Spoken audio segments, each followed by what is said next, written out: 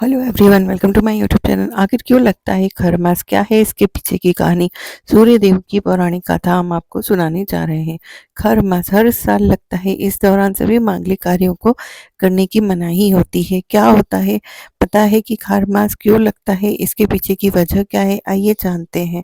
खरमास हर साल में 2 बार लगता है। पहला खरमास जब सूर्योदय धन सूर्य देवता धनु राशि में प्रवेश करते हैं, और दूसरा जब सूर्य देव मीन राशि संक्रांति के समय लगता है। खर मास की अवधि कुल 1 माह की होती है। इस दौरान मांगलिक कार्य वर्जित होते हैं। कथाओं के अनुसार सूर्य देव धरती के संचालन के लिए लगातार 7 घोड़ों के रथ पर सवार होकर पृथ्वी की परिक्रमा करते हैं, लेकिन खर मास के दौरान सूर्य देव की गति धीमी हो जाती है। आइए जानते हैं कि आखिर ऐसा क्यों होता है, इसके पीछे की क्या कहानी है। खर मास की कहानी। खर मास से जुड़ी एक कथा का वर्णन मार्कंडेय पुराण में मिलता है। संस्कृत में खर का अर्थ गधा होता है। खर मास की कहानी गधे और सूर्यदेव से जुड़ी हुई है। कथा के अनुसार एक बार सूर्यदेव अपने 7 घोड़ों के रथ पर सवार होकर ब्रह्मांड की परिक्रमा कर रहे थे, लेकिन उनके घोड़ों को भी आराम की जरूरत होती है। वे भूखे प्यासे लगने से थक जाते हैं। इस तरह ब्रह्मांड की परिक्रमा के दौरान घोड़ों की दयनीय दशा देखकर सूर्यदेव को भी तरस आ गया, और उन्होंने सोचा कि क्यों न इन्हें पानी पिला दिया जाए और थोड़ा आराम कर लिया जाए। लेकिन उन्हें एहसास हुआ कि रथ रुक गया तो सृष्टि चक्र प्रभावित होगा। इस दौरान उनकी नजर तालाब किनारे चल रहे 2 घर पर पड़ी। सूर्यदेव ने सोचा कि क्यों ना घोड़ों को विश्राम के लिए छोड़ दिया जाए और रथ में इन खरों यानी कि गधों को बांधकर परिक्रमा की जाए। सूर्यदेव ने ऐसा ही किया और गधों को रथ से बांध दिया। अब गधे घोड़ों का मुकाबला कैसे कर सकते हैं? वे पूरे खर मास में परिक्रमा तो लगाते रहे, लेकिन उनकी गति इतनी कम थी कि रथ की गति कम होने के कारण सूर्यदेव का तेज भी कमजोर हो गया। यही कारण है कि खर मास के दौरान धरती पर सूर्यदेव का वो तेज प्रकट नहीं हो पाता जो बाकी महीनों में होता है। इसके बाद मकर संक्रांति आते ही मौसम बदलता है और फिर से वही ऊर्जावान सूर्यदेव धरती पर प्रकट होते हैं। इसका कारण है कि मकर संक्रांति के दिन सूर्यदेव ने उन खरों को वापस तालाब के किनारे छोड़ दिया था और अपने घोड़ों को वापस से रथ में शामिल कर लिया। फिर से अपनी रफ्तार पकड़ ली। इसका असर यह हुआ कि खर की धीमी गति के कारण सूर्यदेव की परिक्रमा की गति धीमी हो गई। किसी तरह 1 माह का चक्र पूरा हुआ। इस बीच धीमी गति से सूर्यदेव से परिक्रमा का काम पूरा किया, तब तक घोड़ों ने आराम कर लिया था। हर 100 वर्ष में इसी तरह का चक्र चलता रहता है और इस बीच 1 माह का खर मास आता है। माना जाता है कि जिस महीने सूर्यदेव प्रभावित हुए उसी महीने उनका खराब असर मनुष्य के जीवन पर भी पड़ा। नारायण का महीना है खर मास। देव गुरु की दिव्यता से संपन्न यह महीना आध्यात्मिक रूप से स्वयं को संपन्न व उन्नत बनाता है। इसी ऋषियों ने खरमास इसलिए नाम दिया है क्योंकि इस कालखंड में प्राकृतिक ऊर्जा इंद्रिय निग्रहों के सहयोग मिलता है। चित्त सांस्कारिक वैरागी की ओर सहज उन्मुख हो जाता है। इसी कारण यह महीना धैर्य, अहिंसा और भक्ति के लिए माना जाता है। इसलिए इसे नारायण का महीना कहते हैं। खर मास में तीर्थ यात्रा, कथा श्रवण, कीर्तन, भजन, जप का महत्व आध्यात्मिक होता है।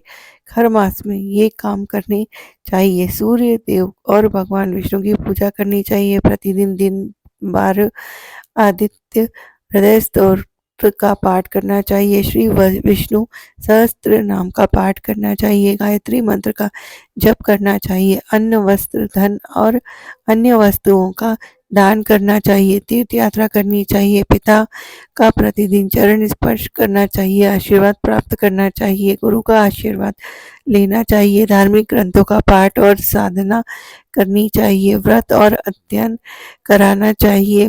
खर मास के दौरान इन सभी नियमों का पालन करना चाहिए। तामसिक भोजन, लहसुन, प्याज और मांस मदिरा के सेवन नहीं करना चाहिए। मुंडन, छेदन, गृह प्रवेश, जनेऊ, शादी, विवाह जैसे काम नहीं करने चाहिए। नया वाहन, घर, प्लॉट, रत्न, आभूषण और वस्त्र आदि भी नहीं खरीदना चाहिए। नवविवाहित कपल को संसर्ग नहीं करना चाहिए। घरेलू और पारिवारिक शुभ कार्यों की चर्चा नहीं करना चाहिए। अगर चाहते हैं कि तरक्की तो खर मास में राशि के अनुसार इन चीज़ों का दान करना चाहिए, जिससे कि खर मास 2 बार लगता है वर्ष में, तो इस बार दूसरे खर मास की शुरुआत 15 दिसंबर से हो रही है और इसी दिन धनु संक्रांति का पर्व मनाया जाएगा। खर मास की शुरुआत के बाद शुभ मांगलिक कार्य नहीं किए जाते हैं। इस दौरान सूर्य देव और श्री हरि की पूजा करने से कारोबार में वृद्धि होती है। साथ ही साथ अनु साथ ही साथ राशि के अनुसार दान करने से लाभ भी मिलता है। धन लाभ के योग होते हैं। खर मास की शुरुआत होने वाली है। खर मास में मांगलिक कार्य नहीं करने चाहिए। इस दौरान विशेष चीज़ों का दान करना चाहिए। सनातन धर्म में खर मास की अवधि का विशेष महत्व है। इस दौरान जातक सूर्य देव और जगत के पालनहार भाग्य भगवान विष्णु की विधिवत उपासना करनी चाहिए। साथ ही जीवन में सफलता प्राप्त करने के लिए कई तरह के उपाय करना चाहिए, जिससे उन्हें लाभ प्राप्त हो सके। खर मास की शुरुआत के दिन पहले दिन धनु संक्रांति मनाई जाती है। जब सूर्य वृश्चिक से धनु राशि में गोचर करते हैं तो इस दिन को धनु संक्रांति के रूप में भी मनाया जाता है। अगर आप सूर्य देव और भगवान विष्णु की कृपा प्राप्त करना चाहते हैं तो खर मास में राशि अनुसार दान करें। इससे जातक के जीवन में खुशियों का आगमन होता है। साथ ही साथ रुके हुए कार्य भी पूर्ण होते हैं। ऐसे में आइए जानते हैं कि किस राशि के जातक को किस चीज का दान करना चाहिए जो कि फलदायी हो। पंचांग के अनुसार इस बार सूर्य देव धनु राशि में 15 दिसंबर को रात 10:19 पर गोचर करेंगे। इसी दिन धनु संक्रांति होगी। ऐसे में खर मास की शुरुआत 15 दिसंबर से होगी। इसका समापन अगले वर्ष 2025 में सूर्य देव मकर संक्रांति में 14 जनवरी को प्रवेश करेंगे और इसी दिन खर मास का समापन होगा। खर मास में राशि अनुसार दान करें। मेष राशि के जातकों को खर मास में लाल रंग की चीजों का दान करना चाहिए। इससे पति पत्नी के रिश्ते मजबूत होते हैं। वृषभ राशि के जातक खर मास में धन का दान करें, इससे आर्थिक तंगी दूर होगी। मिथुन राशि के जातक खर मास में साबुत मूंग, हरी सब्जियां, हरी चूड़ियां, कच्चे पपीते का दान करें, इससे जातक को भगवान गणेश की कृपा मिलती है। कर्क राशि के जातक खर मास में सफेद रंग के वस्त्र, गोभी, दही, पनीर और चावल का दान करें, इससे चंद्रम दोष से छुटकारा मिलता है। सिंह राशि के जातक खर मास में दिन में गुड़, चिक्की, शहद, मूंगफली, राजमा आदि चीजों का दान करें, इससे कारोबार में सफलता मिलती है। कन्या राशि के जातकों को खर मास में हरी पत्तेदार सब्जियां और हरे फल का दान करना चाहिए। इससे रुके हुए कार्य पूर्ण होते हैं। तुला राशि के जातकों को खर मास में बताशे, माखन, मशरूम, शलजम आदि चीजों का दान करें, इससे सुख समृद्धि में वृद्धि होती है। वृश्चिक राशि के जातकों को खर मास में लाल रंग के वस्त्र, अनार और शकरकंद का दान करें, इससे वैवाहिक जीवन खुशहाल होता है।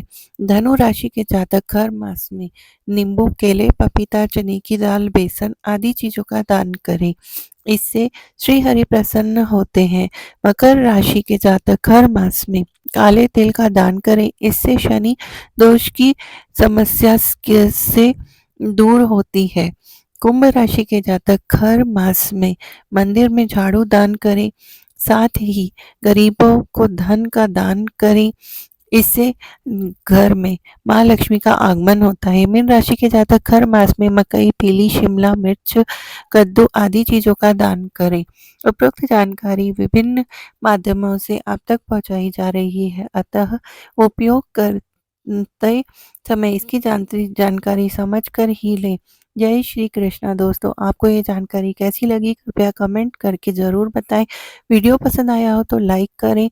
ऐसे ही और भी वीडियो और बहुत सारी कहानियों को सुनने के लिए चैनल को सब्सक्राइब करें। धन्यवाद। और यदि चैनल पर नए हैं तो चैनल को ज़्यादा से ज़्यादा शेयर कीजिए। धन्यवाद।